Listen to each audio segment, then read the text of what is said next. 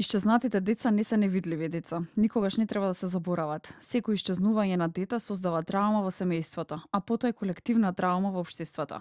На годишно ниво во Европа исчезнуваат околу 300.000 деца, додека пак во Македонија од 2020 година, заклучно со март оваа година, исчезнати се 54 деца, а од нив пронајдени се 49. Потрагата трае за 5 деца, од кои 2 деца се водат за исчезнати од прифатен центар во Везбегово за лица баратели на азил. Едно дете од прифатен транзичен центар Винојук, едно дете од Куманово и едно дете од Прилеп. Од детската амбасада меѓаше во телефонски разговор за денешниот меѓународен ден на исчезнати деца. Повторно апелираа дека првите 24 часа од исчезнувањето на детето се најважни. Сме дел од кампањата за предупредување, рано детектирање и брзо информирање, меѓутоа МВР треба ова да го регулира правно.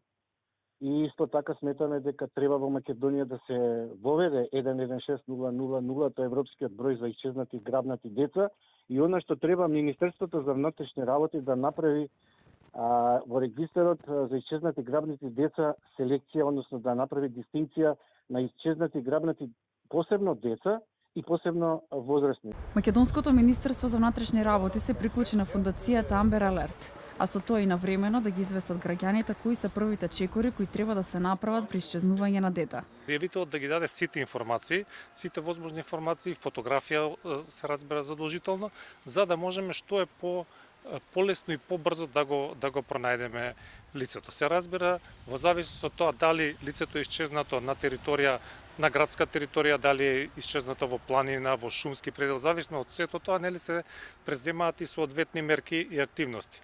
Во Македонија постои системот за исчезнати деца Најдиме, во форма на веб страна како еден вид Amber Alert систем. Функционира на македонски, албански и ромски јазик.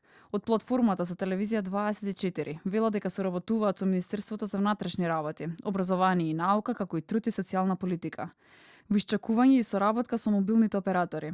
Институционализирањето на системот, односно преземањето на управувањето на системот од институциите е процес кој што трае. За тоа да биде нешто кое што државата ќе го управува, секако требаат пошироки консултации, да се седне на маса, да се продискутираат законските можности и ограничувања, бидејќи како што кажа, во различни држави различно оперира системот.